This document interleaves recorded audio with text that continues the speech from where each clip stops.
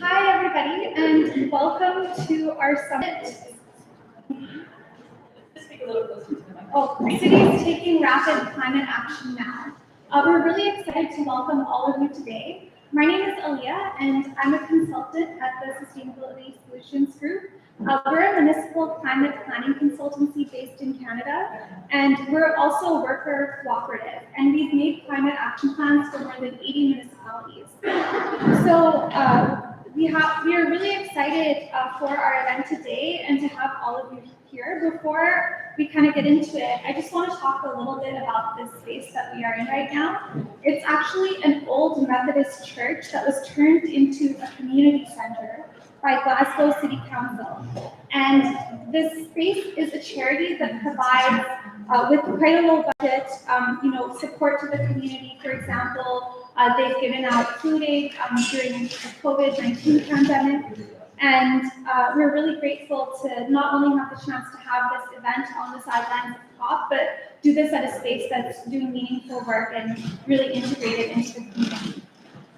So before we get further into it, just a little bit of housekeeping. Coffee and tea are at the back. There's going to be food in a bit. Please help yourselves. And if you go out the door and to the left, you'll find the washrooms.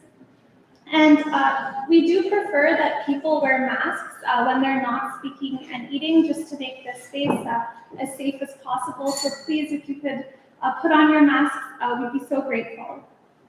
So the purpose of today is basically to think about climate action and how we can take it as quickly as possible. We have been, as I said, designing climate action plans for many municipalities. And what we found is that some of those plans get taken up right away and the municipalities get right into action, and other times they sit on the shelf. A lot of times it's somewhere in between. And so we really wanted to seize the chance to be here at COP with people from around the world to talk about how can we make this faster? How can we make it more rapid? What is it that municipalities can learn from one another? And basically, the structure of today is that we're going to have 4 panels focusing on critical topics around emissions, accounting for emissions, decarbonizing buildings and transport, and then also engaging the community. And we're going to end with, the meat of the summit, which is going to be an open space type discussion where we're going to engage in group discussions, talking about the insights from the panels, and thinking about what city governments can do to implement climate action more rapidly. And we're going to use the material that we provide today and what comes out of our discussions for cities with the learnings today and kind of share what we talk about with a bigger audience. So now let me back up to the and set the stage from our perspective. COP26 has been billed by some as the last best hope for real climate action. This is our last real shot at limiting global warming to 1.5 degrees Celsius. We're not going to be able to prevent global warming, but we could still prevent it. And in the face of the climate crisis, it's pretty frustrating for us as climate planners to invest tons of energy in making plans for cities and see them not be taken up or not be taken up right away. A lot of the cities that we're working with, they focus on net zero emissions by 2050. And 3 decades from now, that seems pretty far off. And we know that our best shot is if we really go for net zero by 2030. And so we want to see today what kind of leaps forward we can take to really make that happen. We also know that whether we like it or not, and whether it is fair or not, cities are and will be responsible for taking the actions necessary to achieve the Paris Agreement goals. It is a shared responsibility among all levels of government, business, industry, institutions, and communities. But cities are in a position of leadership on these issues, either because they are stepping up voluntarily or because they have to step up, because other levels of government and other institutions are not. Of course, the emission reduction solutions cities can implement are not necessarily difficult to determine. We know we have to end fossil fuel use. The source of emissions is something easy to name. We have to eliminate them from every single sector in our cities, in buildings, in transportation, in energy generation, our waste systems, our food distribution networks, our energy infrastructure, and so on. But the devil is in the details. There are many city systems across all these sectors, and fossil fuel use has been locked into them for many decades. So while it is easy for us to say let's eliminate fossil fuels or achieve this emissions reduction target, it is much more challenging for cities to actually,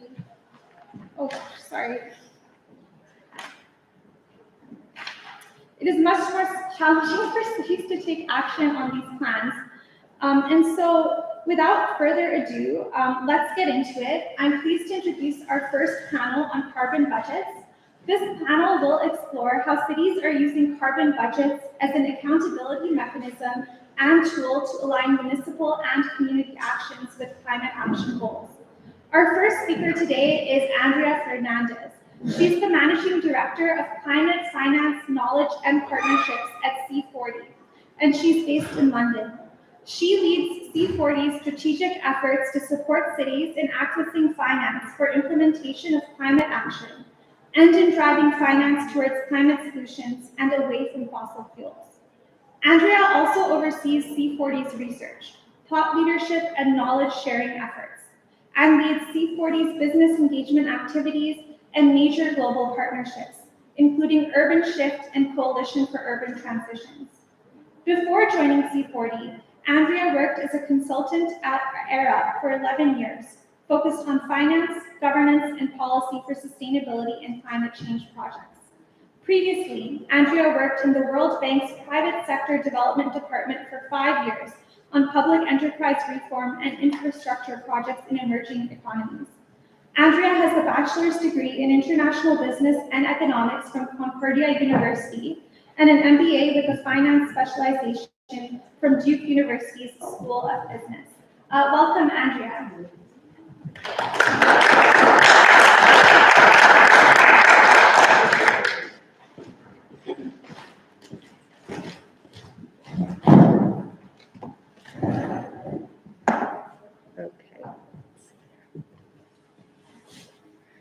Great to be here. It's been a while since I've done Pachacucha, so wish me luck. Okay. Great. Oops. Okay. Okay, great. So I'm here to talk about our climate budgeting pilot, which is a new initiative within C40.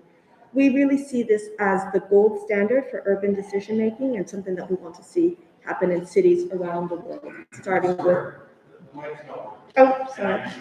Oh, it's not. It's not on. There you go. That's yours. No worries. So sorry. That's much better. Okay, so let me get into this now. So, C40 is a global network of almost 100 cities around the world that are taking very strong, ambitious action on climate change. We represent around 750 million people. This is our future chair starting in December, Mayor Sadiq Khan of London, but our current chair to an end now is the Mayor of Los Angeles, Eric. We work with cities around the world and have a steering committee made up of elected leaders from around the world, including Boston, Copenhagen, Dhaka, Dubai, Hong Kong, London, LA, Medellin, Milan, Seoul, and Tokyo. Okay, so I'm here to talk about climate budgeting, or sometimes, as we've been calling it, climate emergency budgeting. And the reason why we're using that term now is because it's really about supporting cities to take immediate action on climate change. And it gives an opportunity for cities to really show that strong leadership. And as was mentioned earlier, it's not just about the 2050 targets, it's not about 2030, but it's really about what is it that you're doing next year. So climate budgeting is an effective governance system in effect. It's about supporting cities to take those ambitious targets they've set, to use those climate action plans that we've heard about, and to really create a whole of government approach to implement climate goals by integrating and mainstreaming climate considerations and into every decision making across all city departments. It helps decision makers in steering targets on a year-to-year basis and integrates that fully into the city's budgeting process. So here's an example from Oslo of how that integration happens, and the whole, just take this off, it's much easier. The whole benefit of climate budgeting is really, it's integrated into the city's own budgeting and reporting process. So really essential that it follows what already exists within the cities, and that then there's a regular reporting. So it also, for example, assesses its emission reductions and key indicators 3 times a year, but every city, of course, does that however it makes sense in their city.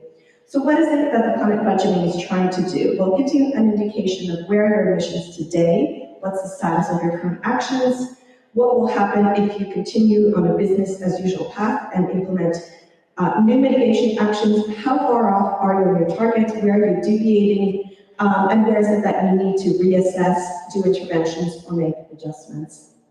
So really, it's around shifting from the long-term targets to concrete, finance, immediate climate action, and through that way, it helps to really drive accountability, transparency, and visibility for climate action across the city administration. Really important to note the difference in terms between carbon budget versus climate budget. I think carbon budget we've all heard about. It's how much emissions that we're allowed to emit to keep the planet on a 1.5 trajectory. Climate budget is very different. It's about how you systematically integrate those targets into the operations of a city and into decision making. So just a little bit about Oslo, which was the first city to introduce climate budgeting as a governance system. It has a very ambitious target, Oslo, of cutting greenhouse gas emissions by 95% by 2030 from its 2009 levels. And it's now working on its 5th climate budget. I won't go into this chart in detail, but really what they've tried to do in Oslo is have clarity on what is the pathway that they need to be on, and the climate budget helps establish those annual targets so the city can see how it is on track. So now I just want to talk to you about our exciting new pilot program. So it's a 2-year pilot involving 11 cities across 5 continents from global south and global north, and it's running until December 22. And we're super excited about it. It's the first time the C40 does anything like this, but what we've seen is, you know, like you here at SSG's worked on 80 climate action plans. We have an extensive program around the world helping our cities develop climate action plans. But the key thing is now is how do you integrate those actions? How do you mainstream them? How do you make sure every department within a city knows its role and function in delivering on that climate action plan?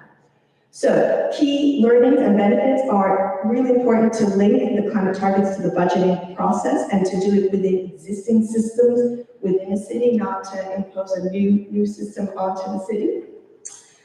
Also really important to place responsibility and to allocate that responsibility across the city administration so that you know who is responsible for taking action, and really that's the only way to really drive accountability for everyone to know its own role.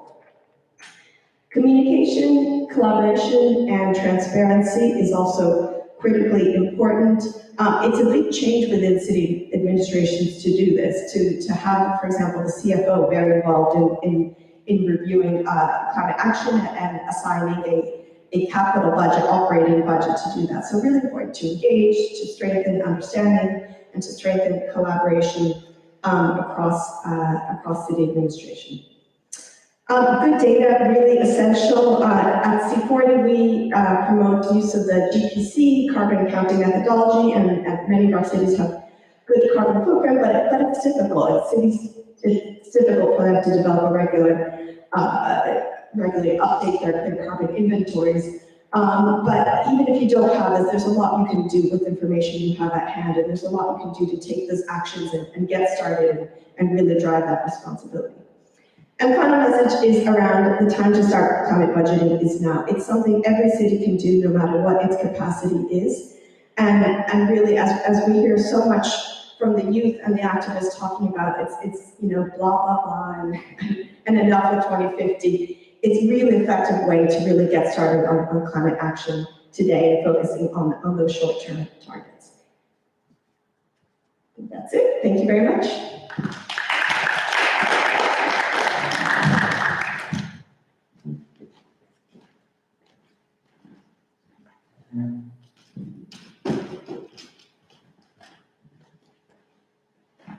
Thank you, Andrea. It's really inspiring to hear about this pilot project that's C40.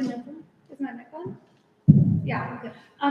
We're really inspired to hear about this pilot project that C40 has been working on. And what's exciting to me is to see the diversity in the cities where this is being undertaken. And so I'm really looking forward to hearing about the lessons learned from that and how that can be applied in our work and in all the great climate action work other cities are doing. So now I would like to introduce Yul Herbert. Yul is the co-founder and principal of SSG.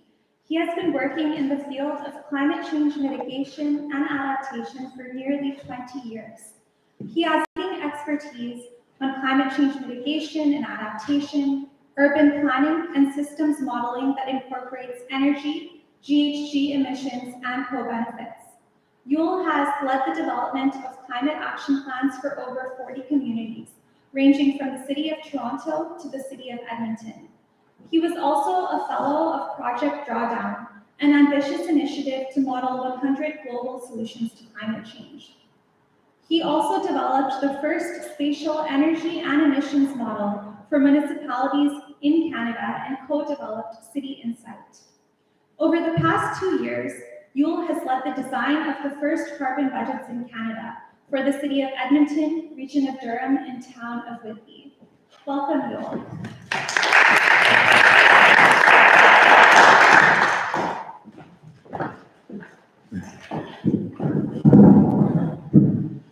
Thank you. So I'm going to try and do almost as good a job on the Pechacucha as you. I don't know if I can pull it off. So this is the city of Edmonton, population 1 million, or 1 million people. It's in the north of Canada, so rather cold place. Also interesting is that it is really the center of oil and gas production. And about 400 kilometers north of Edmonton is the large reserve of oil equal to the largest reserves, or actually the global reserve of petroleum. And so for the last 50 or so years, Canada in particular has been exploiting this reserve in the oil sands, and essentially it's oil mixed with sand, and you have to dig this oil out of the sand in order to produce it into gasoline and so on. And so Edmonton is an unlikely candidate for being probably one of the leaders on climate action planning in Canada, I would say even in the world. And so this is Edmonton's community energy transition strategy. This is the second version of it. They did their first one 6 years ago. And within that plan, they have a carbon budget. And that carbon budget is the basis for all of their planning processes and their carbon target. And the intention with that carbon budget is to align with 1.5 degrees. And so it's really fascinating to see a city that's at the center of the oil and gas industry look at the global carbon budget that's remaining, what needs to be reduced in order to stay within 1.5 degrees, and then actually use the C40 methodology to downscale that from the remaining 600 tons from 2011 to Edmonton's carbon budget, which is 135 megatons.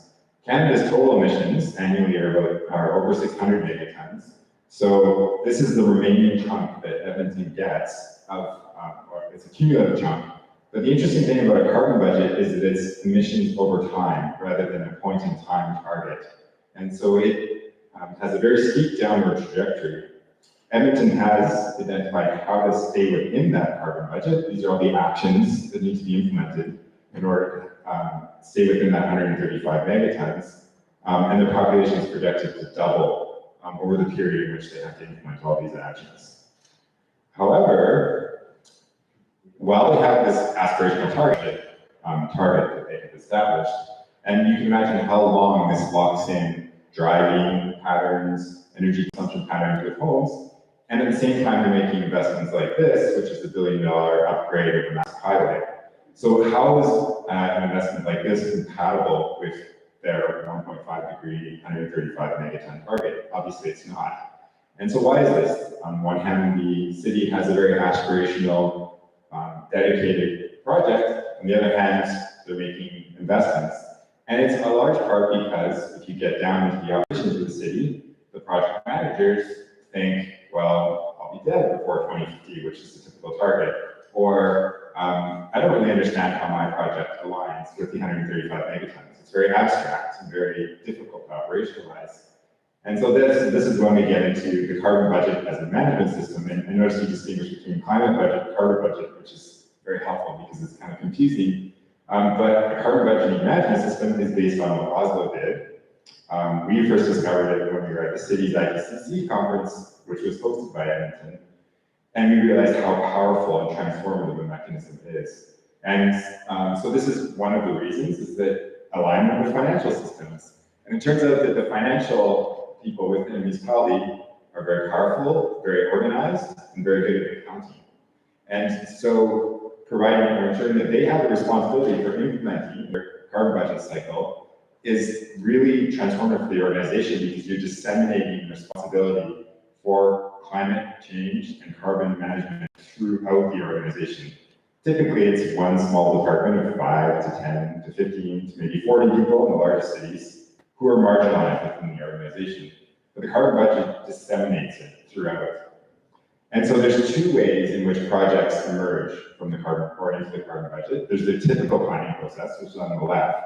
Their business plans, their asset management processes, what the city is going to do anyways. So you have to make sure that's integrated.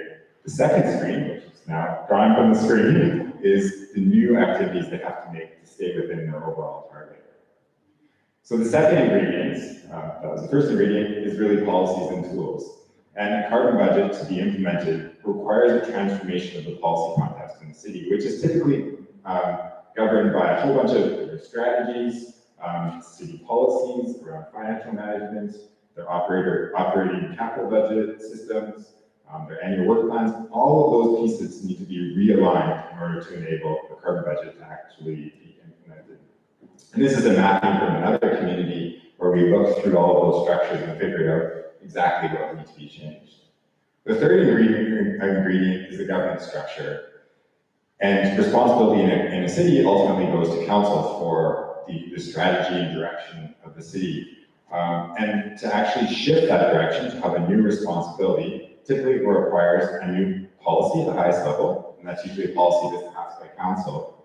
And it requires new allocations of responsibility. And we have 4 streams in this case. This is another city in Canada, where we're looking at the capital budget, the operating budget, policies that the city implements, and then external. And the external piece is really interesting because that allows major industries within the community to report into the city's carbon budget process. So you get a comprehensive picture rather than just the city process. The fourth ingredient is the reporting mechanism, and that's about ensuring accountability. And so typically in Canada, at least, if a city misses its carbon budget, there's no penalty, there's no implication, there's no financial costs. The primary implication or primary accountability mechanism is really transparency, so that the public, for example, could unelect council or mayor. So that transparency piece is critical. All of that comes together in hopefully what is a transformative and systematic way of managing the greenhouse gas emissions of the city on a day-to-day basis, on a year-to-year basis, so that we're no longer waiting until 2050 or 2030 to some target way out in the future. And that's it.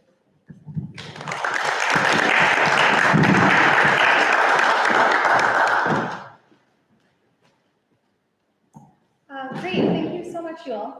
So now we're going to get into a bit of a panel discussion. So we'll be taking questions from the audience, both in person and via live stream. So if you're watching this online and you have a question for Yul, just pop it in the chat that's linked to this YouTube video, and we'll make sure that that gets taken into account during the discussion. So I'm going to take my privilege as moderator and ask the first question here. So why will this system work? We see cities and other levels of government struggle to stay within their budgets all the time. So what is it about this kind of tool of a carbon budget that makes you convinced it will play a key role in helping us limit emissions? Sorry. Okay, great. I think it is about creating that transparency, that visibility, and getting everyone on board with what needs to happen. But I think really important that mayors really also own this and drive this, because it'll only work if every department is really on board. So I think it's very clear if the city's meeting its targets or not. And so that visibility, like you mentioned, is really important. And now with for example, the youth climate activists are really interested in this. They want to see, okay, enough talk, enough targets. Let's see action. Let's see what's actually being delivered. So we think it's the most effective way to really mainstream climate action across all city administrations and into the decision making of every city. Yeah, I think I would just add that the notion of a budgeting process is one that is very familiar to all of the staff and management within a city, and so we can kind of leverage that whole process to bring a whole new lens, the climate lens, to everyone's work. And if we don't do that, we keep ending up with a situation where city staff are investing in projects which make it incredibly difficult, or establishing policies that make it really difficult to then achieve the climate targets, and then it's just a continual process of failure. So the carbon budget means that all of a sudden, someone who's going to build a new rec center has to think about the carbon footprint of that rec center, and that flows up all the way through the process, approval processes, design, construction processes, so that and also to council when it's approved, saying this rec center is going to have to increase our emissions. We can't do it. We need to make sure it's a net zero rec center. So it gives a systematic way of integrating consideration of emissions throughout the organization, which can be transformative, and it also builds on the existing processes that are there. So it's not something that's necessarily fundamentally new to council, and I think that, or to the whole organization. So I think that's why it can be transformed. It doesn't mean that cities are going to achieve their GHG targets. It just means that they're actually going to be thinking about it, and that hopefully there's a beam of transparency that illuminates when they're going to miss it or not. Yeah, absolutely. It sounds like to me the idea here is to make it central rather than a sustainability department that's kind of working away on the side. So that question is, how should equity be considered within this idea of carbon budget and, the fair share of global emissions and deciding what a city's carbon budget is? Well, within C40, when we went out to mandate across the line with 1.5, we went through a carbon budgeting process where we grouped our cities based on income and emissions level, and we worked out what that fair share approach is. And in fact, the methodology is now incorporated into science-based targets. So from our perspective, our cities all have a carbon budget that is based on their fair share. In terms of the climate budget, I think then that is, the carbon budget, again, is the targets, but how you deliver, how you ensure that climate action is really benefiting the most vulnerable, tackling things, these days, in the crunch of financial budget crunch with the pandemic, there's mayors have to deliver on multiple agendas. You've got to deliver on, improved air quality and health and well-being. And green jobs, of course, incredibly important. So how you deliver climate action, I think is the other important aspect. Do you choose to put your electric bus in the downtown corridor, or do you choose to put it in the corridor with, the low-income community with the worst air quality problem? So I think there's an element of how you set your target, and then it's how you actually deliver an action. What choices do you make so that you can optimize those equitable outcomes and really consider the most vulnerable and how you can have an impact on equity. But it's something that we want to explore as part of our budget. And I think the other element of equity that's incredibly important is the whole issue of resilience and how you also deal with climate risk and vulnerability. And that's something we want to play around with in our pilot to see, can this mechanism, which is very good in terms of looking at mitigation, how does that possibly apply to climate risk and adaptation and resilience? Neil, did you want to add anything? Yeah, I think it's been fascinating in Canada to calculate the carbon budget in different regions of this is like the global carbon budget and apply that to municipalities in different regions of the country and also in the US, because Edmonton, for example, has a really high per capita emissions profile initially, so it has to drop really, whereas municipalities in, for example, Ontario have much lower emissions initially, so they drop much less. And theoretically, Edmonton is much wealthier because of the oil money that it's had in its response to drop more rapidly. But the transformation in Edmonton is than in other places. To have a globally equitable, aligned carbon budget and balancing that is really, really challenging. And some, we get a city like Edmonton or Ottawa saying, well, we don't actually really need to do much to hit our 1.5 degree budget. And then Edmonton going, we're completely overwhelmed with how quickly we have to reduce our emissions. I think that's a really interesting sort of equity issue within a country, because both of those targets are also framed within global equity, where they have to reduce much more than, say, southern countries, cities in southern countries would have to. And on the carbon budget piece, or the climate budget piece, I guess, with equity is really interesting right now, and this is playing out in the municipalities that are implementing it in Canada, is they're faced with trade-offs where they can afford to invest $50 million in affordable housing, or they can invest $50 million in solar installs to reduce their emissions profile. So they're having to confront those very, very difficult challenges, like what do we do with the housing affordability crisis versus the climate crisis? And we only have 50 million, but both of them require 50 million.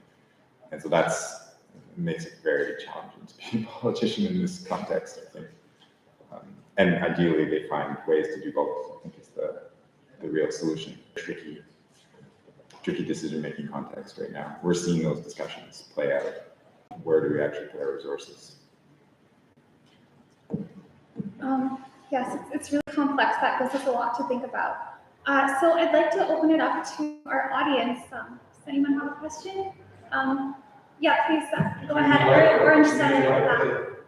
Yeah. Can you repeat it afterwards? Yes, I'll repeat your question. Okay, So make well, sure. it's a long one. I'm a colleague. I'm from Vancouver, City Planning, green strategies, etc. So I'm interested in two things. One, is there a holistic change model that you're looking at for social and organizational change, within which you created like elements of, but I didn't see an integrated statement of how it works. It's like you're back engineering because through engagement experience, oh shit, policy isn't enough. We have to do leadership training. Oh, we have to do indicators. Oh, we have to do engagement. Oh, we have to do policy. Oh, we have to educate the counselors. So is there evolving integrated change model that's learning or grabbing all these lessons? Secondly, certain cities have a holistic 10 or 20-year commitment to greening their city and one planet living, Vancouver. Other cities have things like Edmonton, think green, move green, play green. Other cities bring on these initiatives as single initiatives. Are you seeing a difference in implementation and success, given the scale of the commitment or the formality or the integration across the institution, as opposed to a single initiative? Okay, I'll do my best to summarize it. So the first question was that is there a holistic model for social and organizational change in cities around That influences these things. Okay. So yeah, who wants to take the first crack at that question? Go ahead. Okay, so we've been in the thick of that kind of question, I think, with 3 different municipalities in the last year. And I would say that the municipalities haven't really understood that carbon budgeting or climate budgeting is essentially organizational change. Like they've just thought about it as their typical kind of climate planning processes. And we've tried to situate it in terms of like workplace modernization or other major cultural changes within the organization, so that they bring that kind of capacity and they engage their human resources group and their communications team and because it is a full, it requires a whole organization approach to make it happen. And I don't think we're necessarily we've been having to figure some of that stuff out, but we don't really know how to do that super well. And I think, I mean, this is all very much in its early stages, and I think that kind of capacity is going to be required to, and expertise to really make this work, because you're taking people's jobs, like project manager for a recreation center. All of a sudden, they need to know how to talk differently with their contractors and their designers, and they have to write their RFP differently, and they need to provide a report to their manager on the GHG impacts of this project and why organizational change in very short time, and helping to figure out a systematic way to do that, I think would be really valuable, because I don't think they've understood the magnitude of the effort to make all that happen. And certainly we don't know how to do that well enough. I'll just add, in our pilot, I mean, I think this is part of what we need to confront. How do you do sort of change management? But I think also to say, there's different ways to approach climate budgeting, and for some cities they may need to start with maybe a more limited approach. We've got cities like Shwani, for example, in South Africa, which already has a very sophisticated system, so that any capital investment project that comes to their teams is reviewed in terms of its, what is it contributing, or how is it benefiting climate? Has a risk and vulnerability assessment been done associated with this infrastructure project? So there are ways to also start smaller and start to kind of build that that understanding, that that consensus, and getting the support from the key departments. But our pilot is there to really support cities, and we'll be producing knowledge and sharing their experience along the way over the next year and a half. Yeah, I should add that I think the pilot, or the phasing in approach, like Edmonton has really gone with the goal. We're looking at emissions for the entire community. We're going to allow organizations within our community to report into our carbon budget, whereas other municipalities are just looking at their own operations as a start. We're going to do a carbon budget for our fleet, our buildings, and our waste management system. And then we'll go to the broader community. So there are ways to phase it in that they can to help manage some of that overall organizational change effort. I think this point about starting small and phasing it in is really important. Of course, we want holistic change. Sometimes the easiest way is to give people a tool that they can use immediately. So one of the projects that Yul and I have worked on is around creating just a simple Excel calculator that can be used by any person in the city with clear instructions to understand the GHG implications. And it's very easy to use. So just kind of giving people things they can access right away to start thinking about it as like a first step, for example.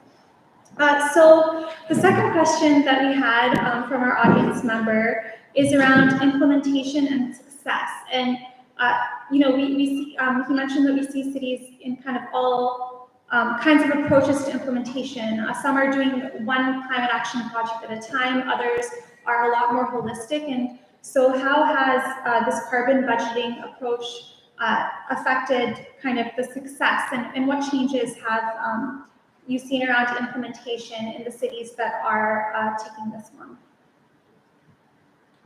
I think also part of the comment was around, what happens if you've got multiple initiatives with the city. I think for C40, the reason why the climate budgeting pilot is happening now is because we've gone through an extensive process of climate action planning. We've got, as an organizational requirement to be part of C40, all cities need to have an ambitious, inclusive, resilient climate action plan aligned with 1.5 as a condition of membership. And it's because we've gone through that process, it's because cities all now have at least one decent, well-prepared inventory that I think we can take this next step. But I think what the climate budgeting will force the city to do is really to prioritize, also to really see of the different things it wants to do. Okay, what does it look like next year? What are the things that we can take on? And that's why engaging the finance departments is so key, because the budgets are limited, and it's really, I think, helpful to, the climate action plan sets out what needs to be done over a longer term period, but then the climate budget is really a way around how do you deliver those short-term priority, high-impact actions over the next year. The other interesting, well, I think one success element in the last little while has been we've tapped into a previously untapped source of enthusiasm and energy, because the carbon budget, climate budget process enables all of these people who've been hiding away in finance or hiding away in something to bring that passion to the fore. And we just did, I don't know, almost 100 interviews with different staff at all different levels within the city of Calgary, and the most unlikely champions emerged. And so all of a sudden they have a way to channel their passion into their work, which they previously couldn't. And a lot of them have really been in the finance department. It's fascinating how passionate, I think in the 4 cities I've worked with on this, 3 of the CFOs have been champions or have become champions, and they were just waiting for something like this to emerge. So it's been really, I feel like that's been one of the biggest successes, is to take the ability to implement climate action outside of the climate and environment team and give everyone in the organization the opportunity to move it forward. And that, I think, may be really transformative in itself. That's really exciting. Is there any other questions in the audience? The city councillor from Glasgow, please. Thanks very much. I'm Ricky Bell. I'm one of the city councillors in Glasgow City Council, and I suppose the first thing I'd want to say is welcome to Glasgow. I hope you love it. And yeah, Glasgow's not a member of C40 yet. We're still working on that. But some of the stuff you said today is really exciting, and we are going through a very big transformational project as a city just now in order to achieve our 2030 target. And as part of the hosting of COP, Susan Aiken, our leader, has launched the Glasgow Green Deal about how we can invest. I suppose my question is really about the project. My concern is that we are doing some fantastic stuff, probably not enough in terms of our internal structures and how, and some of the stuff that you're always talking about is how we take, because every day I see things going across my desk and I think, geez, how's that going to fit in with what we're doing? You know, the Scottish Government have given us a considerable amount of money recently for building social housing, but it's not been built to the standards. So one of the things within our Green Deal is about how we can raise the appropriate finance to retrofit all of our houses across Glasgow. Now, if you've been out and about and seen much of Glasgow, you'll see that we've got a huge percentage of our population that live in tenantal properties, and that brings its own challenges in terms of the solutions to be able to retrofit. But while we're trying to retrofit, we're also building houses today that don't fit with that. You know, so I suppose the question is, can you share some of those learnings with cities that are not yet members of C40, and in order that we can try and learn from what's happening across your very impressive portfolio of cities and the people that are doing this? Because I think, like you said earlier, this is a learning curve for all of us, and none of us have, or you guys might have it, we certainly in Glasgow don't have all the answers, but we're really keen to learn, and we're really keen to work with other cities, and we're really keen not to reinvent the wheel. So if people have already done it, we'd like to. But I really enjoyed your session today. Thank you so much. Thank you. I'll just summarize that for our online audience. We just had a councillor from Glasgow welcome us to Glasgow, which was lovely. And his main question was, how can C40 share learnings with cities that are not members of C40 around carbon budgets? So first, thank you so much. It's great to be in Glasgow. We've brought lots of mayors here, as you've probably seen, and had a fantastic event in City Chamber. So thank you very much, Glasgow, and well done for hosting this massive, complicated event. You know, it's interesting. When we started this climate budgeting pilot, we didn't know what the response would be. What we found is there's tremendous interest in that sort of providing that deep support, developing lots of publications. There's tools. We've got videos developed and things that, so we want to be able to share that knowledge.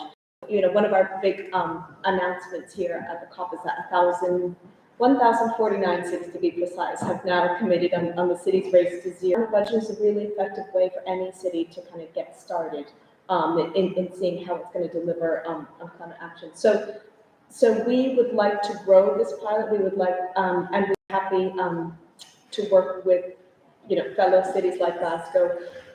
So I think maybe we'll stay in touch, and when we're ready to kind of expand to the next cohort of cities, we would love you to be part of that. I would just add to that. So in Canada, I think Montreal is the only city that's part of the C40 climate budget pilot. But what happened is there was a number of cities in Canada who were really interested in following. So what they did is, I think they're doing some sort of observer-like process. Montreal is basically telling all of the Canadian cities what's happening in the pilot as a way to expedite the dissemination of the overall process. So I don't know, I guess London, is there a UK city involved? Yeah, London. But yeah, well, let's have a chat, because I think we're definitely producing a lot of knowledge. There's a lot that we can share. For sure.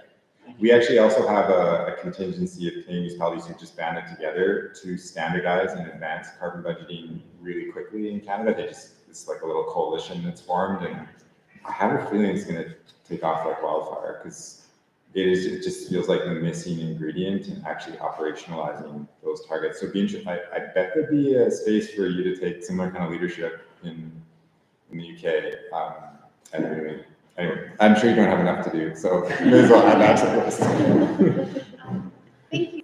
I saw a few hands in the audience, and are there any online questions? No. Okay, so please take it away. I'm looking at you in the green mask. Yeah.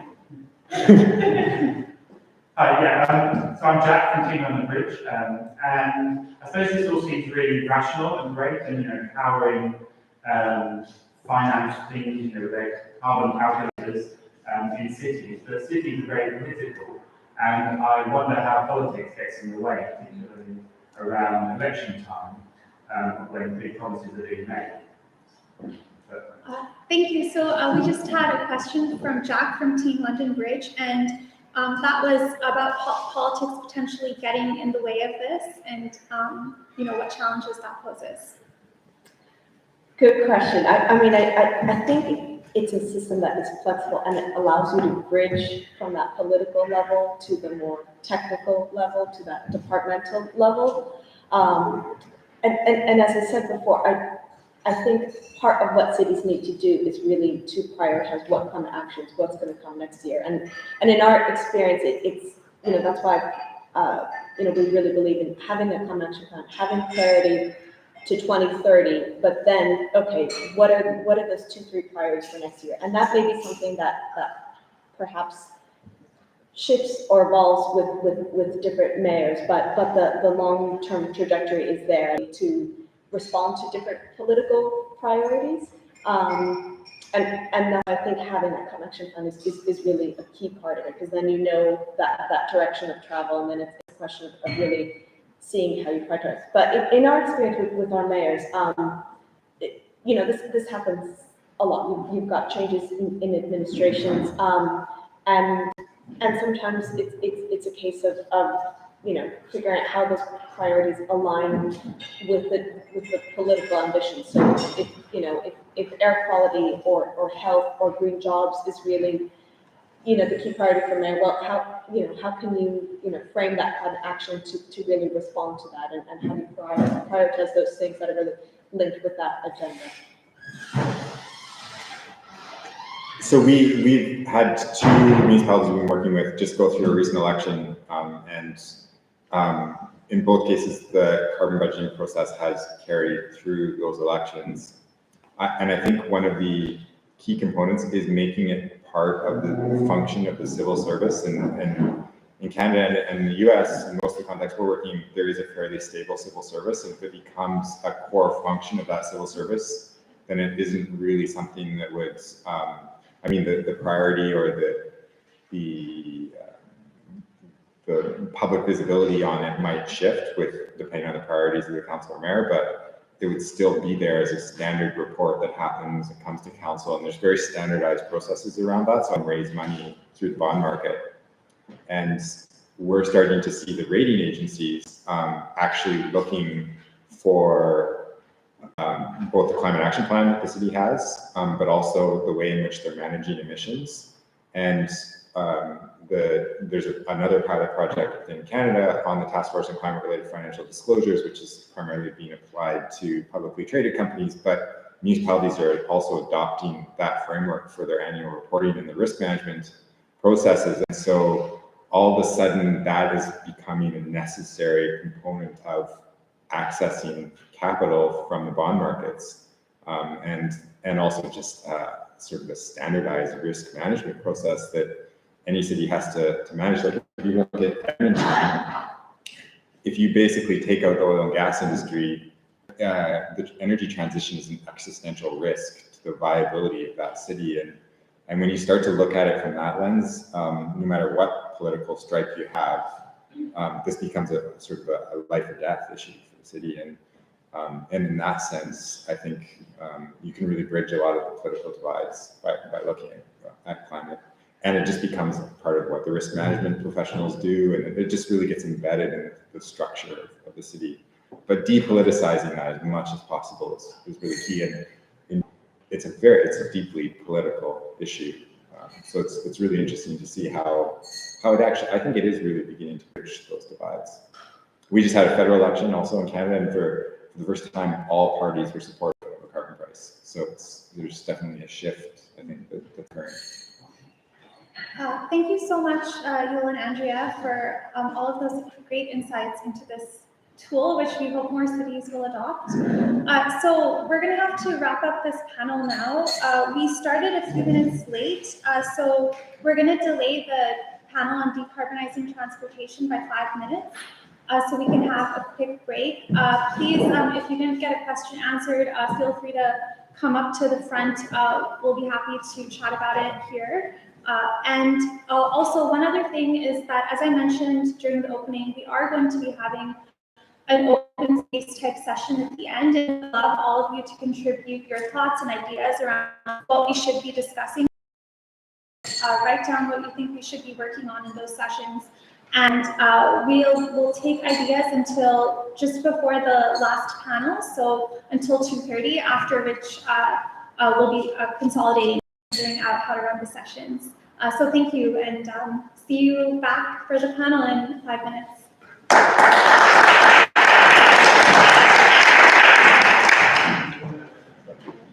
Imagine you just challenge Especially Yeah, exactly. I haven't done that in years, so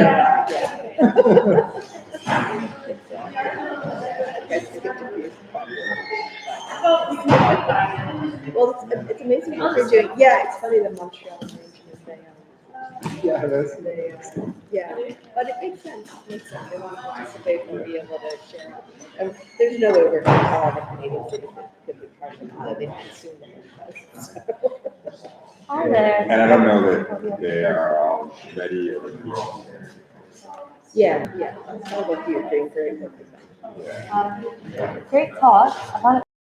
I work at a climate startup, so we're looking at helping a startup called Alternative, we're looking at helping companies manage and measure their carbon emissions. I thought it was quite interesting. There's quite a lot of similarities in the issues that cities and governments face and that companies face in the corporate sector. But the question I wanted to ask was, when it comes to building a city's carbon budget, where does that line fall between what's included within public sector budget and what's included within a corporate budget? And that line is For example, things that are beyond the city's control. yeah, exactly. Between utilities and exclusions.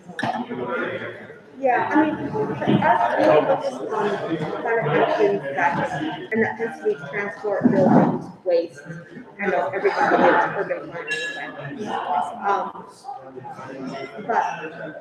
But that does include, things like, modal shift, which is not completely dependent on the city. It's still, still need to encourage people to shift towards sustainable mobility. But there's a lot of influence. There's policy making cities to make. So those are the things that we tend to focus on. I think, for example, an area that it'll be interesting to see in our pilot that is quite challenging is things like energy supply, because there's only so much, physical constraints to how much cities can do within, their own purchasing within for the city. Some cities have their own utilities, some don't. So that will be one where I think that we'll see very different approaches depending on the cities participating and what they're allowed to do. Yeah, that's interesting. In terms of that carbon budgeting, if the city, for example, allows an oil company or allows a corporate sector company to create a high carbon project, does that impact the city's carbon budget? Oh yeah, there's cities fighting this stuff, but absolutely, there's cities fighting, having, and some of the stuff is outside of control. It may be that, port authorities doing something, and, like cities also have influence. Yeah. And they can use different policies to influence action, but, no, absolutely, it's an issue being countered with our current cities where, the government is investing in this coal-fired and, it makes it really, really challenging. Yeah, it's just quite interesting, especially with carbon. It just mixes in the air. It's very hard to like the line of responsibility. Yeah, sure. Yeah. I'm sorry I missed most of your talk because I was coming in from London and putting together a mad big bike at the station and then frantically cycling here. So I was a bit later than planned. But so apologies if I missed this within what was said. I was kind of really interested in like where you close the loop with like carbon emissions. Because one of the frustrations for me as like a business owner, so I run like a cycle logistics company, and one of the things that I encounter is people talking about zero emission vehicles and applying the same terminology to like electric vehicles, which have 8 tons of carbon embedded in the manufacturer, best case, and it's using the same terminology to talk about our vehicles, which have embedded carbon of like 50 kilos, and is there?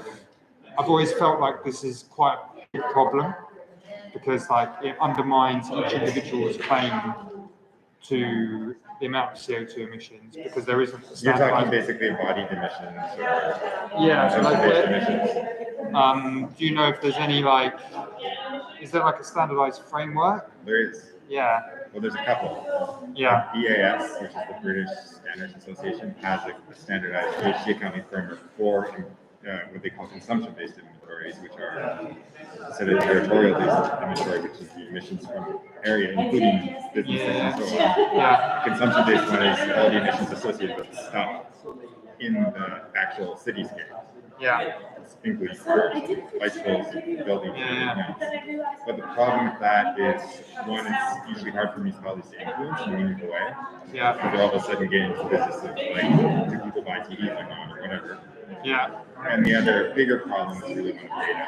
Yeah. And right now, most of the data from those analysis come from like economic input-output analysis, which is really hard to downscale to the city level. It's usually reported at the national or state level. Economic input output. Yeah, so like expenditures on category X versus category Y. Yes. And then assign like a carbon intensity to that.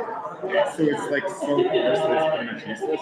Yeah. We've tried to do it, and so I think the only way to really get at that is more meaningful sector or product-specific analysis. Like, we haven't done this yet, but for buildings, like we have done this where we track the construction approach in general. Yeah. Is it a concrete building versus a wood building? Yeah. The signage actually difference that. And Vancouver, for example, has a whole effort to influence the type of construction so that the volume and emissions is addressed. Yeah. But I think that's kind of like the next generation. Consumption-based inventories. And Yes, that's it's coming, but it's like, it's just another layer of complexity. it's fantastic. You Yeah. look at also, Yeah. it's a real time lead on everything. And Yeah. so you add the consumption and it's suddenly doesn't. Yeah. But we did a report a couple years ago where we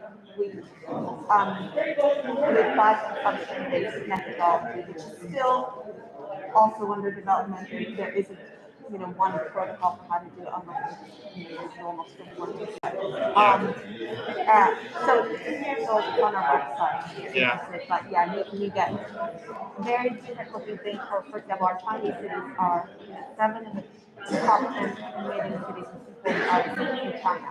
Yeah. But it looks different when you Factoring. Yeah. I see. So that's the next frontier for our next Yeah. generation of action plans. How do we tackle? Yeah. I guess, what I was really getting at was like, without external auditing of people's CO2 emission claims, it's very difficult to say what applicable use. Is it CO2 emissions of like the embedded carbon, the food that the riders, the generation of electricity? Is it, or is like the real answer the impact on the overall system? So what I mean by that is like, if you do a job in a motor vehicle, then there's the emissions that are associated with that. But if we forget about that and the embedded and everything else, then what happens is you have a motor vehicle moving around the city, which creates fear. That means people are less likely to walk and cycle, more likely to drive. Do you understand what I'm saying? So you therefore buy. Hey Ben, this is super interesting, and we're about to talk about it. Yeah. Petrol. So Oh, that's fine. I got to ask more questions. It's fine. Chloe.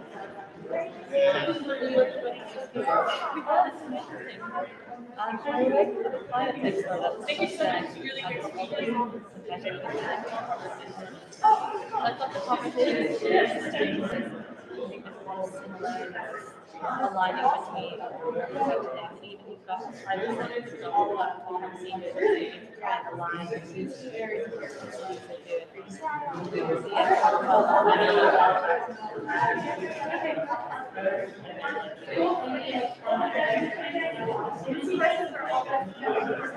okay, yeah. So what we're doing is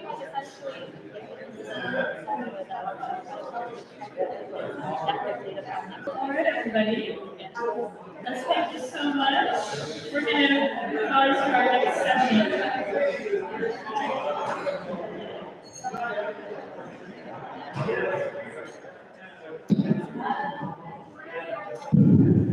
Thanks, everybody. We're going to move on to our next session now. Don't mind taking your seats. The good news is the conversation is very stimulating, so we don't want to stop. But we have many other sessions to go to, and we're a bit behind schedule, so.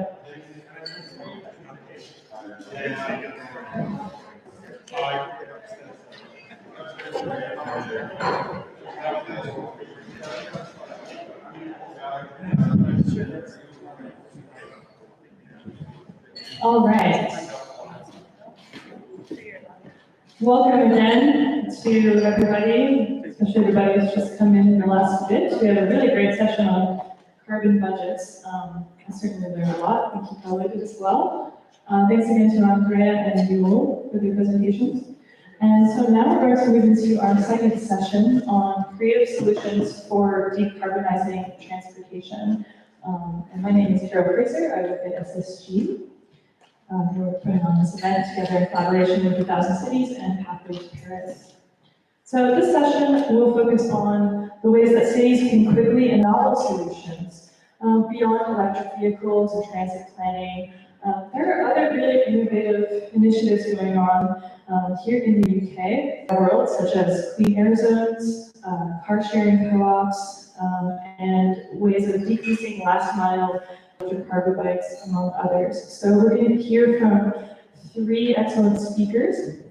The first of which is Steve Arnold, who's the head of the Clean Air Zone and works in the city of Birmingham City Council.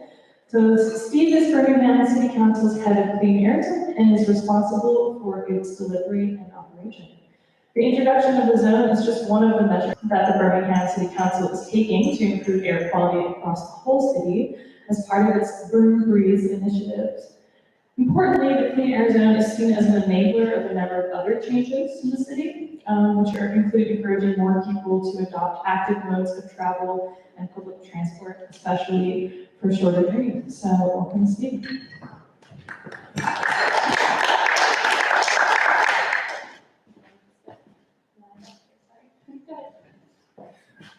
Thank you very much.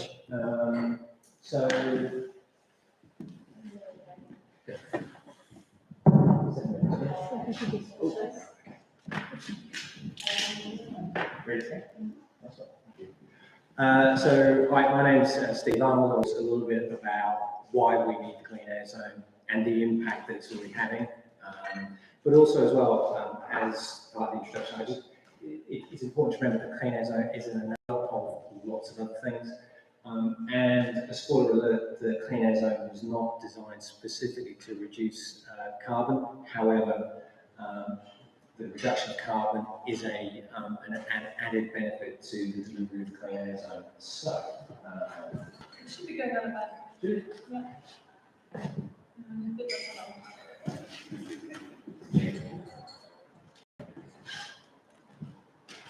Oh, yes, you have the video. oh, yeah.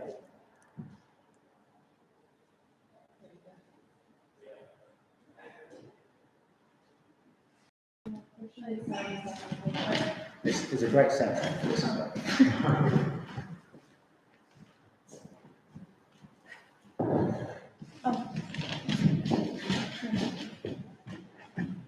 Once we learned and leaving it in, I should have my life.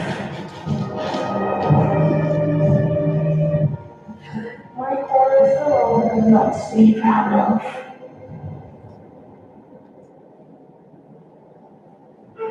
Actually, he feels so many cars. We are quickly turning into the new generation. But our areas that safe to us, our lives are part of every day we're doing it. And invisibly, it's adding to the Every 5 car journey, our car emits on average 2.5 kilograms of pollutant. So 200 every day we're feeling and confident. Someone asked me recently, oh, do you think that Aspen would be better if we, moved to the countryside? Sure we do. That's one possibility for many reasons for our family. I wish I lived in Arizona. I wish it extended out to where we live. From birth, skin to smoke stain, and now women have to be protected. We're quick to act when we can see the damage.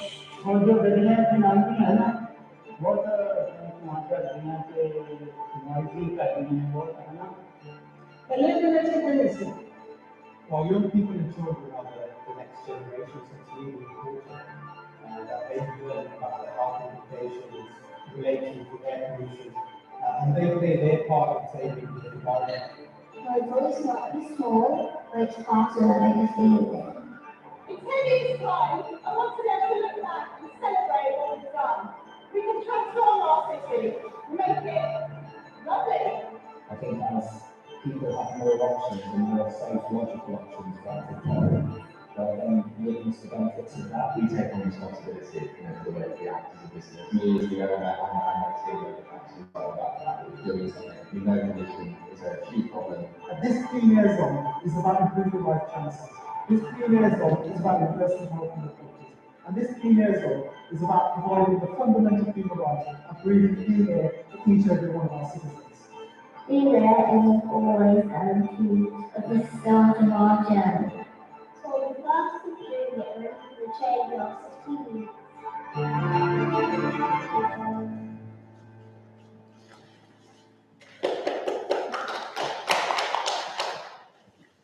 So, poor air quality is killing people and it's shortening the lives of thousands of others.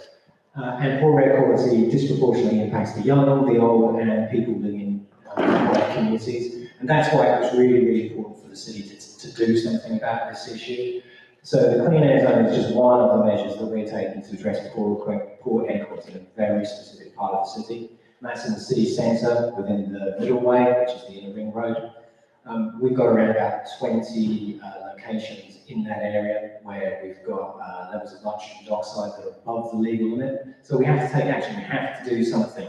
And the Clean Air Zone is a way of taking targeted action and by applying a daily fee to the vehicles that do not comply with emission standards for the Clean Air Zone. So it's very similar in terms of structure and scope to London's ULEZ, which expanded recently. But it is very specific, and it's part of a much broader program that's been to some of the challenges around NO2. So Birmingham's.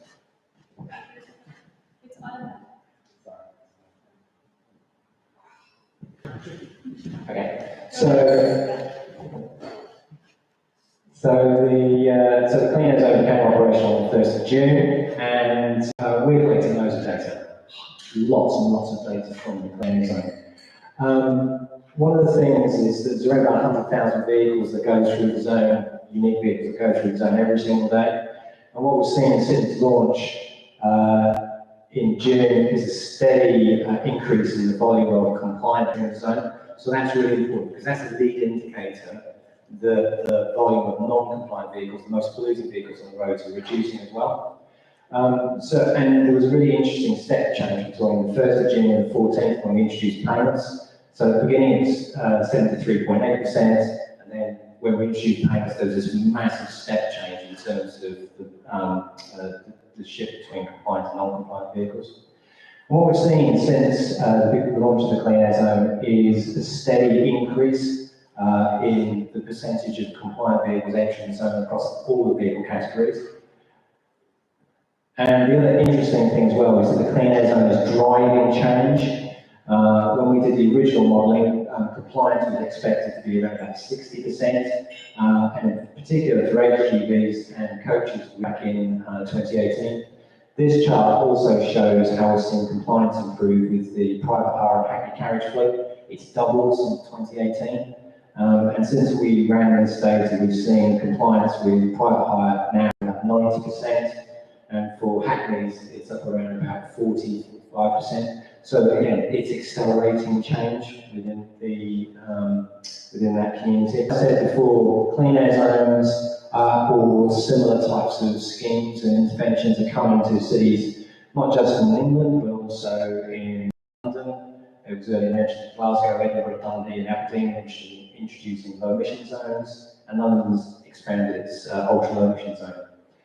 But as I said at the beginning, the Clean Air Zone is an enabler.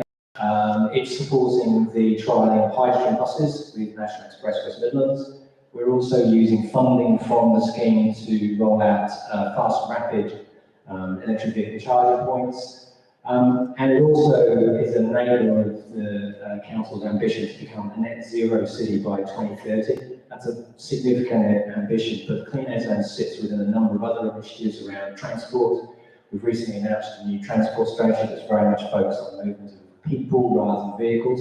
So this is part of an effort to create a much more sustainable city that's much more geared around the needs of the people who live and work in the city.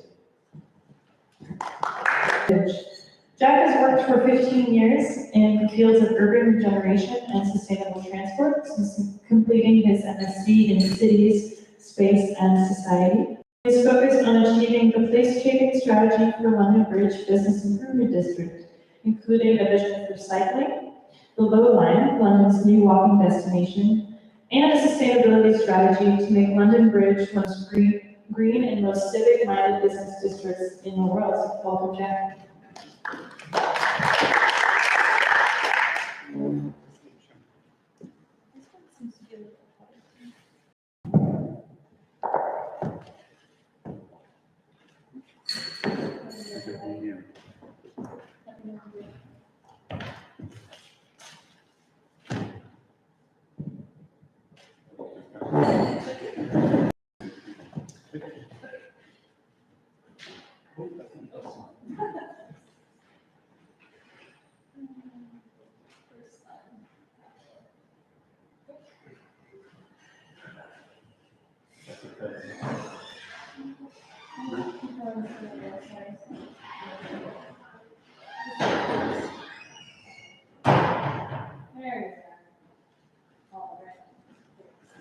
And that's me.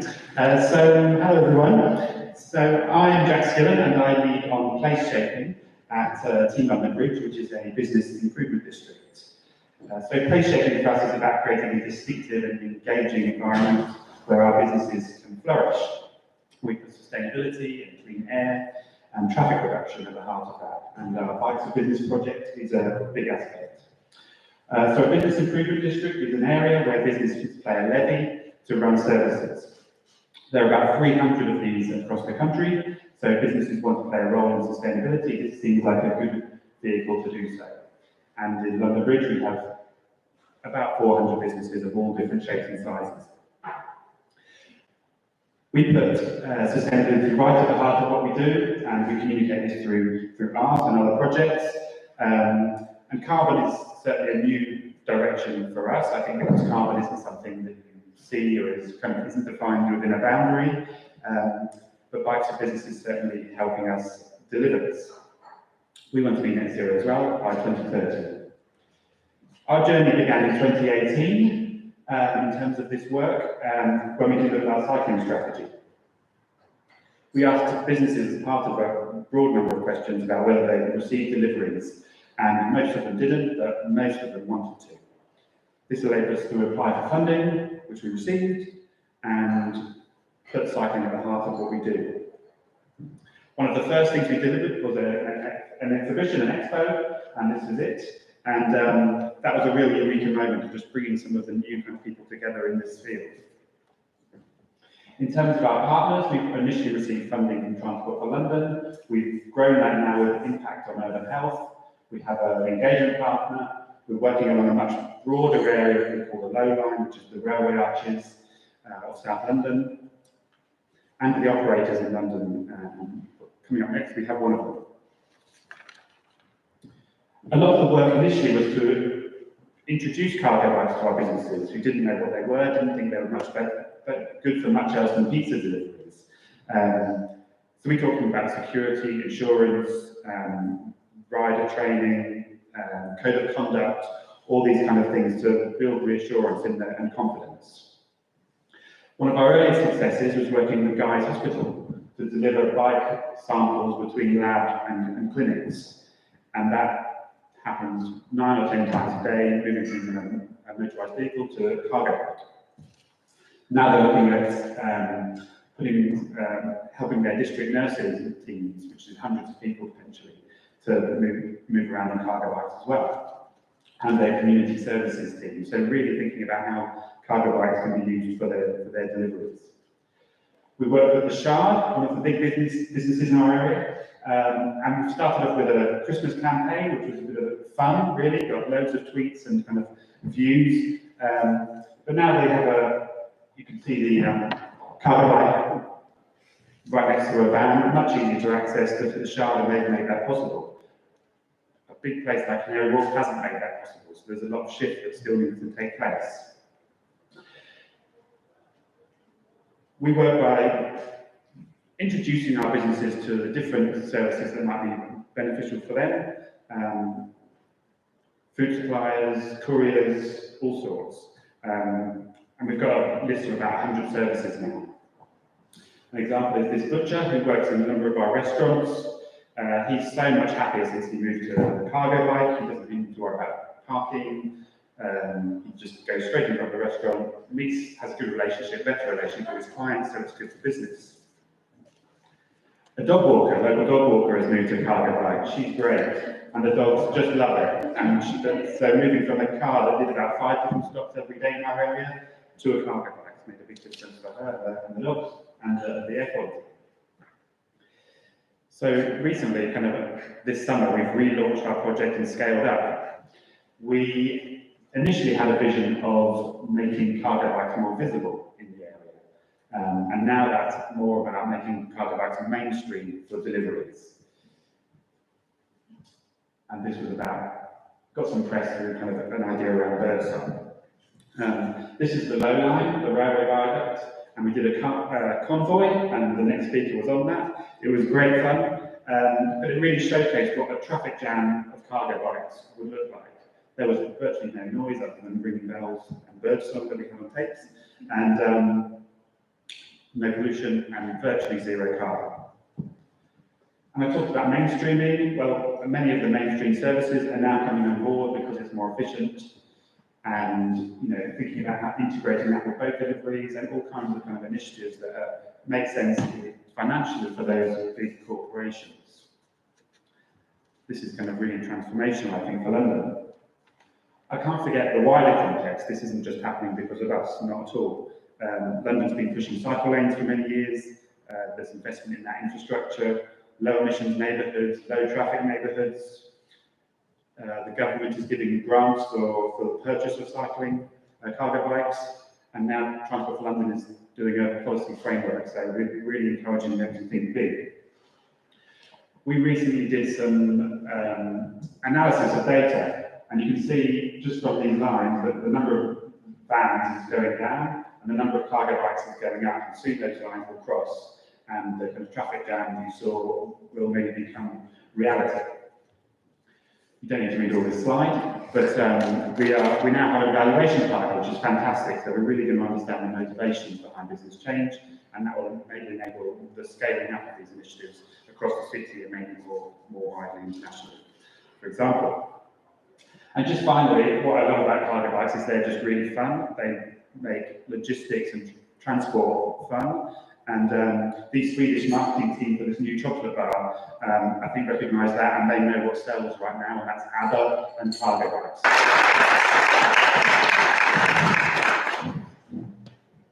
Oh, I see. Thank you, Jack. Fantastic. And finally, our final speaker for this panel will be Ben Knowles, LE, the world-leading cargo bike operator, which transports people and their goods around London.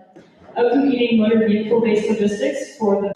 It always allowed me to do more in my life because I could travel more efficiently. I didn't have to waste time going to the gym. I could get places faster. I got these social interactions as I was moving around by bike. And I thought, you know what? I've spotted this job where I might be going in helping young people get involved in using bikes to get around, and I might reach some fellow souls who would also benefit. And I think there'll be, a few people out there who will benefit from this. But turns out I was wrong, because it wasn't a small number of people that were interested in using bikes to get around. It was most people. Almost all of the kids that I reached wanted to be able to use bikes, and with a small amount of empowerment, they did so in huge numbers. So I turn up at school, and there'll be a few bikes in the bike shed. A year later, by running a series of projects, we used to work for Sustrans, there'll be 100 kids' bikes in the bike shed. Kids desperately want to use bikes to get around, and so do adults. So this is one of the projects that I ran, the community cycling project. While I was doing this, I was doing loads of reading. I read a lot of blogs, opinion pieces. I followed thought leaders in the transport sector. These are a couple of books that had a really big influence on me. Nudge, which is all about explaining the gap between what's rational for us to do and what we actually do. And the Story Fact, which is about the art of telling story in communicating. I'm a bit of a science head. These are a couple of my mentors. There's Rachel Aldred and Herbert Tiemens. Herbert Tiemens, the transport planner from Utrecht. Rachel Aldred is a professor at the University of Westminster. They both really helped with my career. I became a transport planner. I redesigned various roads. Here's a scheme that's in near King's Cross. The design that used at the bottom is a design that I nicked from Copenhagen. I really like the design out there. I cycled out there with a friend, measured up the design details, put the design back, got some bill. Here's some kids that I helped learn to ride bikes, riding along one of these step tracks. This was like a really amazing moment for me because I've spent my whole life wanting to change things, and to be part of change and see that change on the ground, it's just, it's incredible. This is the first school streets that went in London. There were some schemes that went in Edinburgh about the same time. I think we just got beaten to the punch on it. As far as I was concerned, I nicked this idea from a Dutch transport planner. And interestingly, the Dutch are now making the idea back, packaged up in the way that we made use of it. So basically the road gets closed by some signage and some bollards. You can also use street cameras. And you get huge change in how people travel to school because by making it slightly more inconvenient to drive, we're sending a message. It's not just the actual inconvenience, but the message that the inconvenience conveys, that how we value driving. And so we're looking at a 2/3 reduction in driven trips to school, just from quite a soft measure that's overwhelmingly popular, supported by the population. One of the other projects that I ran was this community cycling project. So I start off with me turning up at the council estate and teaching people to ride bikes. The other thing I believe really powerfully in is doing things fast and light and see if they get traction. So it was just me and a bike, then me and 2 bikes, and then I got some other people involved when it was obviously getting traction. So by doing things fast and light, you can try out loads of different projects and just bin the ones that don't work. I don't know, maybe I've started like 20 projects or something, and then there have been like 5 that have really taken off. We took the kids on adventures, we used bikes to get around, we taught them how to use the street, and took kids to places. We were reaching the most deprived kids in the most deprived areas, and so we were taking them to places they'd never seen before, even though they're only a couple of miles from their homes. And this is how we got the bikes to the council estates as the project got bigger. And this gave me an idea. So this is it back actually.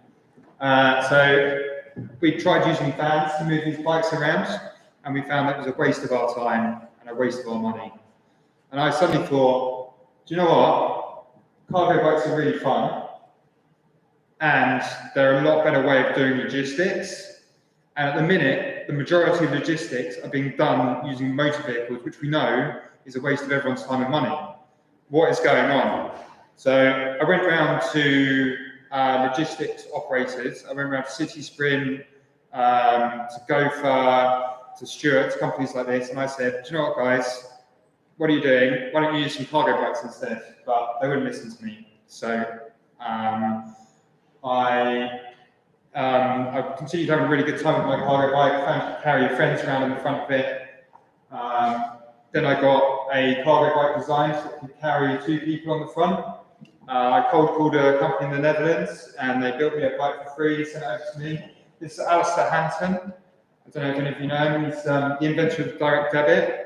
He sadly recently passed away, but he's been a lifelong campaigner for sustainable travel, and he was able to tell me about how much the city had changed since he started campaigning. And he helped me to believe that change was possible. This is Joanna Lumley getting a lift on one of our bikes. So we started off as an Uber replacement, was the original concept. It quite quickly became apparent to us that we needed to get to about 5,000 bikes before we could provide that level of service. And so we moved across into doing logistics. By virtue of training people to carry people on the front of your bike, turns out you can carry a lot more stuff than other people can. And the standard of training makes for much more efficient logistics because people are much more consistent in how they move across the city, so you can line up the jobs closer together. Here's a very nice picture taken in Victoria Park. This is delivery for a bakery, and from a bakery to a chain of cafes. You can keep on scaling up what you carry on cargo bikes as you learn more about your vehicle. And turns out the limits for that are really, really high. If you really know what you're doing and you take care with the risk assessment in your training, then you can do ludicrous things. So this is in Hounslow, in the far west of London. These flowers going 16 miles to East London, Bethnal Green. Then they're going to get shipped off onto individual cargo bikes and then distributed out to people's homes. Yeah, this is a video. This let's play here. No big deal if it doesn't let us play. It's quite a video, but could share. Yeah, cool. All right, just move on.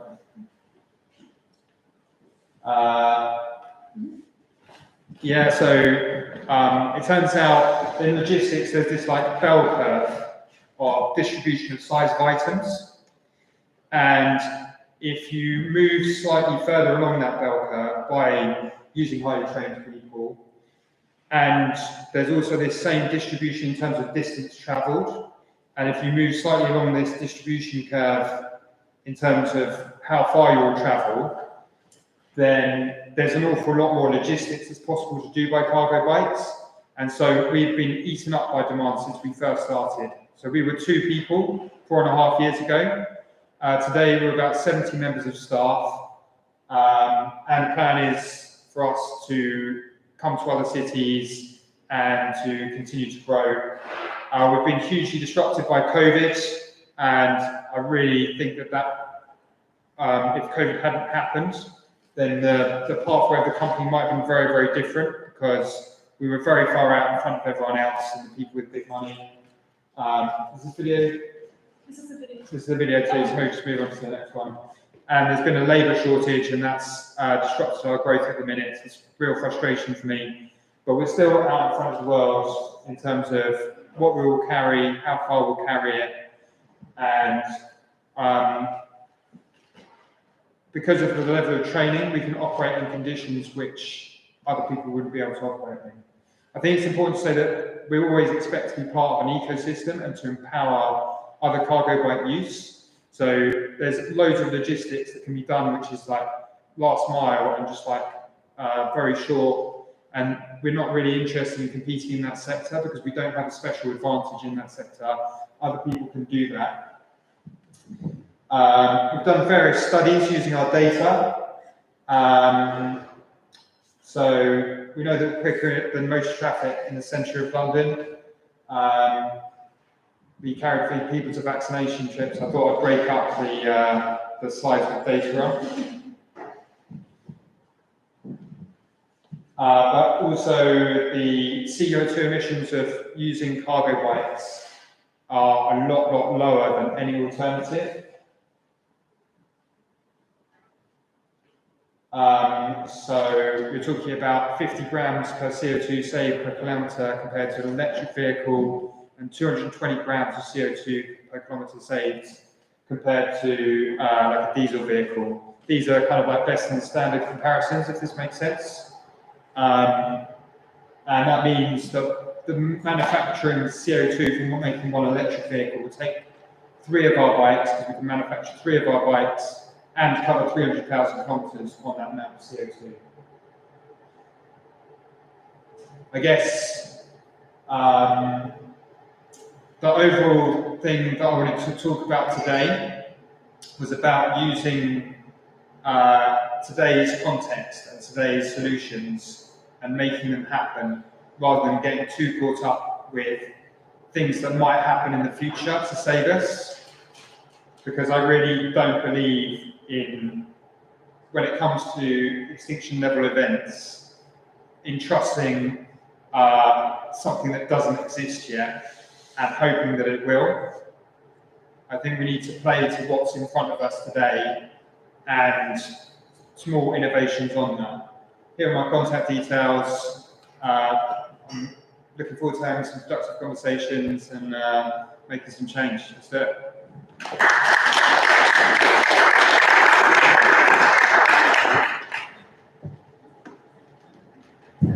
Thank you so much, everybody. So we only have a little bit of time for questions. I will start us off with one of them, and then hopefully we can take one from the audience or our online chat. So I think it's really interesting having a great cross-section in terms of folks working on city policy, business district policy, and then Riva as an entrepreneur. And what I wanted to bring up is that, you know, just what we're talking about today is, yes, in the context of climate action, how we can reduce carbon emissions at the city level. But the types of initiatives that we can take have so many other kinds of benefits, co-benefits, we often call them at SSG. And to view what has been kind of the most surprising or exciting co-benefit, so to speak, of the clean air zone, or of encouraging cycling in business districts or working with other businesses. So perhaps because our interest is the mic on.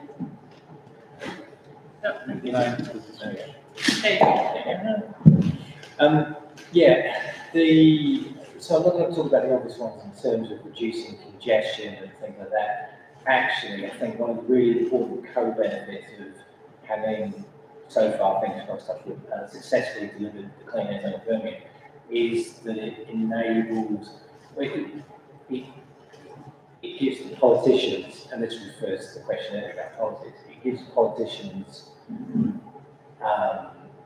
the courage to pursue policies like this. This is contentious. A clean air zone is contentious. Low traffic neighbourhoods. But if you do it well and you engage early, you tell a story, you set out why you're doing it, and you're consistent with people, and you are prepared to engage and talk about the challenges and listen to people and adjust, then you can actually do things like this. So I think for me, one of the really important co-benefits is just providing politicians with the courage to see some of these things through. And this has been really challenging.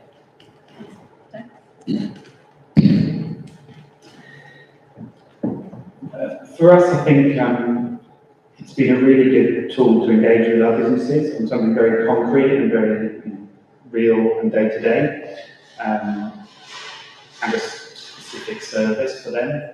I think it's also been really beneficial working with we made a decision early not to do a kind of preferred provider, but to understand the whole market and really promote that. And keep on escalating the benefits.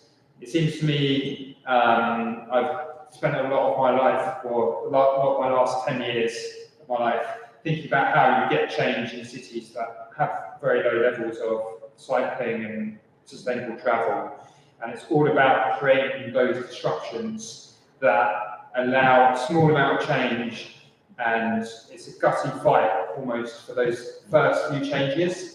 And then you keep having to push, but once you start to get movement in the desired direction of travel, then it's much easier to continue it than it is to get that movement or arrest the opposite direction of travel in the first place. Yeah, absolutely. I think to sum it up, it sounds like it really these kinds of initiatives not only have the ability to reduce carbon emissions, but really show in a real way what is possible. And in the social context or in a business context, it seems like it's opening up new opportunities. People are thinking about their cities differently. They're thinking about, oh, I could start a cargo bike delivery business, or I could work with my customers differently, as you pointed out, Jack, have a better relationship perhaps. So it's transforming our cities in other really beneficial ways. So I'd like to open it up to any questions from the audience or from our chat. Yes? Just to see, in terms of particularly Birmingham, but active travel as well, how do you best measure the impact on that? Do you focus primarily on the clean air, or do you look at the inequalities and kind of health and well-being indicators as well? Thanks. Yeah, so how do you measure the impact of the clean air zone? Yeah, so the most immediate measure is improvements in air quality. That is the mandate given by the Council's Cabinet to introduce the scheme to, as I said earlier, to address the illegal levels of NO2 in the sea. But there are a bunch of other secondary measures that we look at as well. So the data that I shared earlier is one of those lead indicators that suggests that air quality is improving. So that's volume of vehicles, volume of compliant, non-compliant vehicles, those sorts of things. But then there's also additional measures that we've got in place in terms of, are we simply shifting the problem? So if we're stopping non-compliant vehicles entering the clean air zone, are they just going around the ring road? So we put in additional traffic counters onto the ring road to look at whether or not there's a shift there. We've also got NPR, mobile NPR surveys into the neighbouring wards to understand whether or not people are just simply parking on the area. So you then start to move out. We've also got additional air quality monitoring that we're putting into, again, neighbouring wards to understand whether or not we're just, again, we're shifting the problem, because that's one of the things that we were very, very conscious about was, the risk of unintended consequences from this. You just shift the problem. But the data we've seen from London's ULEZ suggests that that doesn't happen, and actually you see an overall improvement. So, fingers crossed. We also look at things like improvements in usage of public transport. But again, the further you get away from those core measures, the more difficult it gets to align the impact of the Clean Air Zone on those things.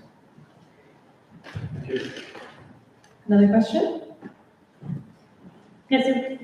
So I have another question about the Clean Air Zone. So I've been, I guess, trying to put a number of those in places in various cities, getting close, but I don't think at least in North American society is quite ready for it yet. But I'm just wondering about the technical way in which you've done it, like what actually qualifies as a low emissions vehicle versus what doesn't. How much does it actually cost to put the infrastructure in place? Like what kind of scale of project is this overall? And how's it paid for? And like in terms of revenues, is there financial payback? How's that all? And I'll just repeat the question so everyone can hear. So what are the technical aspects of implementing Clean Air Zone? What is kind of the financial impact of that as well? And how do you measure that? And maybe how do you actually, get this done, overcome political opposition, those factors? So how long have you got? So I think it's important to remember that the Clean Air Zone program is government sponsored effectively. They've provided the nudge. So Birmingham was one of 5 cities originally that were given a ministerial direction to take action. But that's because the government itself was taken to court by Climate Earth, and they lost court action 3 times because of their inaction over air quality. Right. So that's the kind of starting point for this.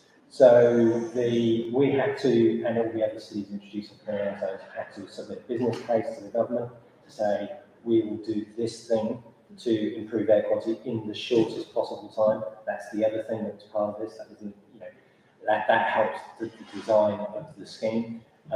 We got the initial funding to implement that from the government, but then once we've used up that implementation funding, it has to be self-sustaining.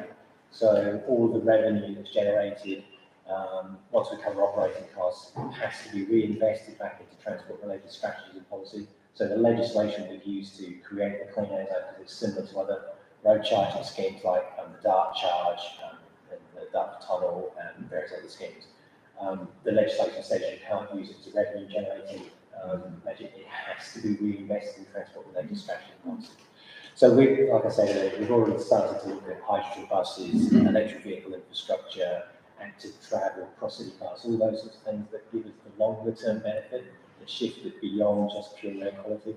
So there's all those things that they don't have to come together, but they all help in terms of creating that momentum on the ground. So you need nasty air pollution first. Step 1. Okay, fine. I'll take another question from the back. Hi there. My question is related to, with the transition to low emission vehicles with different forms of transportation, there's a potential for a lot of waste to be created in the forms of obsolete vehicles. How do you overcome that? So how do you overcome all the obsolete vehicles that we'll still have even as we're transitioning to electric vehicles or other kinds of vehicles? It seems to me that it would be very wasteful just to scrap them. And I think that the rush to kind of move to less carbon intensive vehicles, or vehicles that are less carbon intensive in use, might end up creating a spike in the amount of CO2 emissions that we create now because of the embedded carbon in manufacture. So I think we do need to be a little bit careful about how we handle that, and with providing incentives that encourage people to buy newer vehicles now without creating such strong measures that they kind of force people to throw away vehicles. Although I'm sure they will still have value in other places. In the case of like clean air zones in Birmingham, for example, it might reduce the value of that vehicle to someone living in Birmingham, but someone could still use that somewhere else, if that makes sense. Yeah, so I think the important thing to remember is you can't just, it's not just about shifting from one polluting vehicle into another form of pollution. Actually, Ben and I came up on the train together, actually. Just by chance, purely by chance. We were talking to each other and we went, we're going to the same thing.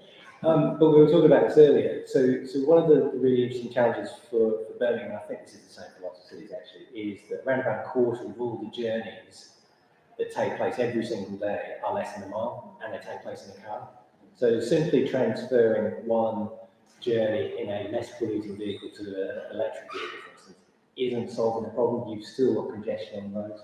This is about that, a very significant transition in terms of behaviours, encouraging people to get out of their vehicles. Schemes like Ben's, for instance, is a really good example of how that can be made to work. It's about reducing the volume of vehicles on the road, creating the schemes that not only nudge people to do something different, but also making it easier, more access to public transport, electric bike, taxi travel. All those things are the multiple ways in which we reduce some of that obsolescence risk. And I have kind of a follow-on question to that is, I'm wondering what are kind of the equity implications of the clean air zone or the changes that have been made to the business improvement districts. We're talking about getting people to get a different vehicle or paying a charge to go into a certain area, or not being able to bring their previous business vehicle into an area. What kind of impact does that have on the communities in the cities that you're working in? How are you mitigating or creating more equitable outcomes as a result of this? That's for everybody.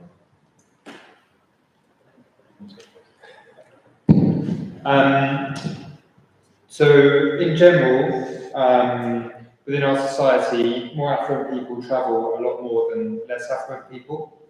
And that's particularly true for driven trips. And disproportionately, it's people from more deprived backgrounds that suffer the disbenefit of that motor use. So people who are from more deprived backgrounds are more likely to live in higher pollution areas because they're less desirable. People from more deprived backgrounds are much more likely to get run over by motor vehicles. And that's for a whole range of reasons. I'm happy to talk to you individually about having worked with these communities.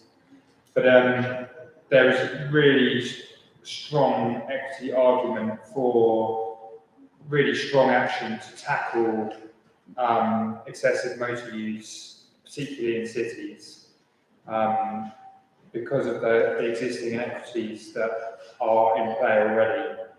I guess that there are edge cases where people who are from quite deprived backgrounds have managed to change their change the pathway of their life through driving work. So, for example, London cabbies is, I guess, one obvious example where people from quite poor backgrounds got the knowledge and therefore were able to earn enough money to end up buying their house. And that's one of the things we take into account with Pedal Me is we try and recruit from wherever possible people that are driving already, get bumped to the top of the list to come and work for us. And we proactively try and engage people from more deprived backgrounds to get them into work for us because we pay really well and we can help in the same way as taxi driving work has done in the past. We need to not only replace the actual vehicles, but we need to replace the function of those vehicles in society in terms of not just the logistics, but also in terms of their social implications and providing work and all that kind of thing. Yeah, that's a really good answer. And I know, one thing we're aware of is that with cargo bikes is that there can be a sense that it is for the preserve of kind of the hipster generation, and the breweries and the gin distilleries, that are based nearby in our area are kind of jumping on them, and others, van drivers are quite resistant to the change. So really interesting what you said, Ben, about how you focus on that. And I think, as we move our project from London Bridge to, for example, south of the borough, kind of poorer parts of the borough, and see how that transition changes. I think one thing that's happened recently is the emergence of these vehicles with roofs, these cargo bikes with roofs, and apparently they just kind of emulate the van a little bit more and attract a van driver a little bit more, which is again about introducing these people to these jobs that are becoming new jobs, really. Yeah, everything they've said. But so from a practical perspective, just trying to ensure that people were not disadvantaged by this. And the Clean Air Zone covers a number of very deprived communities within the city centre. So we've put in a package of schemes that are exemptions. So the short-term exemptions from the fee for residents within the Clean Air Zone who own a non-compliant vehicle, people who work in the Clean Air Zone who earn less than £30,000 per annum. Both those schemes are temporary because, again, we want to achieve air quality, but we're providing more time to make that transition. What we're also doing for low-income workers in the city centre is providing a financial grant, so they can scrap a non-compliant vehicle and then get a grant that can be used towards a compliant vehicle, or a travel credit with the Transport for West Midlands, who's the local transport operator. And we have seen some interest in the travel credit. Around about 10 to 15% of applicants have gone for that, and it's still very early days for that idea of mobility credits, but it's been heartening to see some interest in that. But we've also got financial grants in place for businesses as well, who are based in Clean Air Zones and things like that. So those are the things that we had in place just to ensure that people weren't disadvantaged through the introduction of this. We were supporting people through the transition. We also said at the outset that we would monitor the impact of the Clean Air Zone and look at where we may need to take additional measures. So one of the things we have noted is that the percentage of vans entering the Clean Air Zone, that fewer of those are compliant, and there are a whole load of reasons for that. So we're looking at ways in which we can support businesses with vans into doing something different to help ensure compliance. So that's how we try to approach that from a practical perspective. Excellent, thank you so much. I know there are more questions, but I think we unfortunately do need to wrap up so we can keep on with our schedule. I really want to thank all three of you for being here and sharing your insights today. It's so much more than just policy. It's so important when we're taking kind of action that we actually think about these implications and think about the incentives and the grants and other ways to help people financially or with their careers. So yeah, and just one more note that Ben has actually brought one of his bikes here to the hall today. So if you're in person, you can check it out outside, maybe even get a ride. I would like to get in there and try it. And then now we're going to break for lunch for 45 minutes. There will be lunch served, so stick around and we can keep having this conversation. Thank you.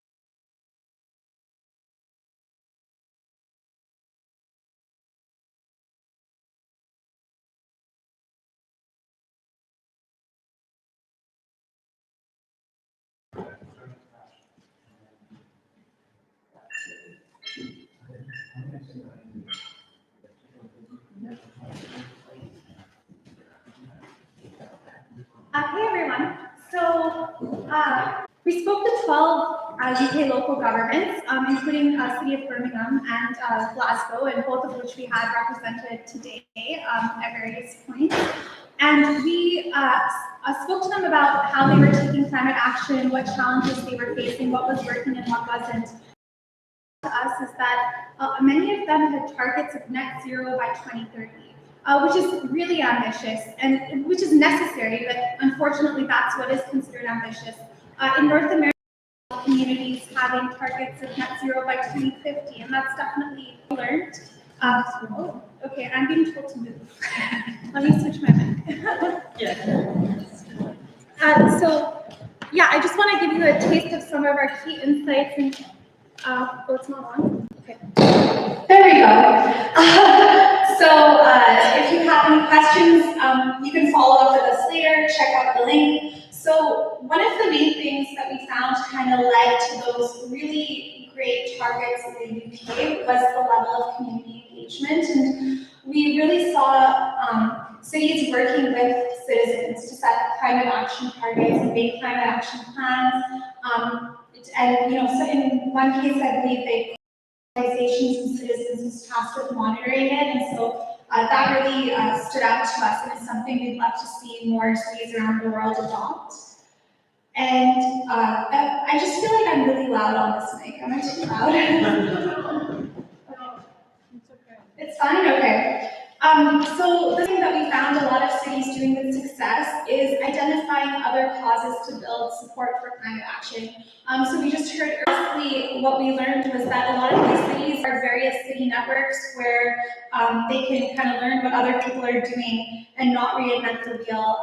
And some of these are more general networks like C40. There's also, I believe, a UK cities network as well. And some of them are really specific. So Liverpool, for example, is part of the Urban Green Up and figuring out what this is. So that's just a taste of the report. And in a few minutes, we're just